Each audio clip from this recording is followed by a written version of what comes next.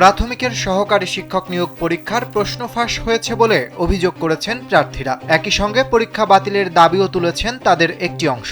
এ অবস্থায় প্রাথমিকের প্রশ্ন ফাঁস ইস্যুতে সোমবার সামাজিক যোগাযোগ মাধ্যম ফেসবুকে পোস্ট দিয়েছেন জাতীয় নাগরিক পার্টি এনসিপির যুগ্ম সদস্য সচিব মোহাম্মদ মিরাজ মিয়া। সম্প্রতি অনুষ্ঠিত সরকারি প্রাথমিক বিদ্যালয়ের শিক্ষক নিয়োগ পরীক্ষায় প্রশ্ন ফাঁসের স্পষ্ট আলামত শিক্ষার্থীদের কাছে রয়েছে বলে তারা দাবি করেছেন। প্রাথমিকে এমনিতেই মেধাবীরা আসতে চায় না, কিংবা চাকরি হলেও অনিয়ম আর স্বল্প সুবিধার কারণে পরবর্তী সময়ে অন্য ভালো চাকরিতে শিফট করে ফেলে। সেখানে প্রশ্ন ফাঁস চক্র ও ডিভাইস চক্রের মাধ্যমে শিক্ষক হয়ে আমাদের শিক্ষা ব্যবস্থার মূল ভিত্তি প্রাথমিক এডুকেশনকেই ধ্বংস করে দেওয়া হচ্ছে। স্যান্ডেলিনা সো, রূপচর্চায় আভিজাত্য।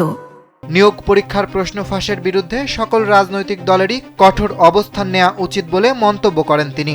এ সময় প্রশ্ন ফাঁস ঠেকাতে করণীয় জানিয়ে কিছু পরামর্শ দেন মিরাজ মিয়া।